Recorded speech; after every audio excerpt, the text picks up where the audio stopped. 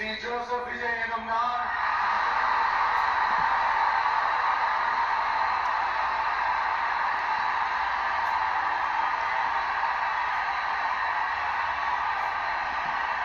சட்டப்படி அமைக்கப்பெற்ற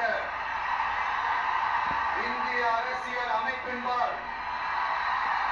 உண்மையான நம்பிக்கையும் மாறா பற்றும் கொண்டிருப்பேன் என்றும் இந்திய நாட்டின் ஒப்பில்லாத